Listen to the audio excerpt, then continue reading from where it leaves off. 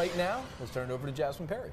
Hey guys, good morning. So we have a guardrail repair project, and I've been talking about this earlier. It's going to continue throughout the day, starting at 9 a.m. to 4 o'clock. So if you're heading out there to US 54 Northeast, you are going to see that. So right between on Ellerthorpe and Fred Wilson, you'll see a right lane closure. So if you're heading out this way, it could impact your commute. So this is going to be on US 54 southbound. So if you're heading out around this area like Fort Bliss area, Dyer and all that, you're going to see some construction happening around here. So it's only happening till 4 o'clock today, so you don't have to worry. It's not going to continue tomorrow, but we always see guardrail repair projects happening across the borderland. Looking at US 54 and Fred Wilson, looking pretty good early this morning. Not much going on even on that bridge right here that you see going on to Spur 601.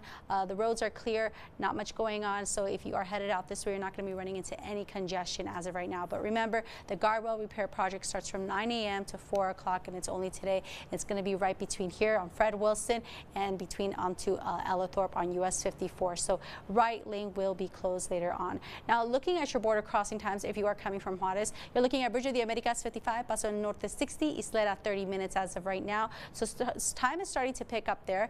As for your drive times, you're looking at downtown to the west side 19 minutes, northeast to the Trans Mountain West 14, and downtown to the airport you're looking at 15 minutes as of right now. So everything's looking pretty good, but let's go ahead and see what's going on across the borderland through our TxDOT traffic cameras really quick.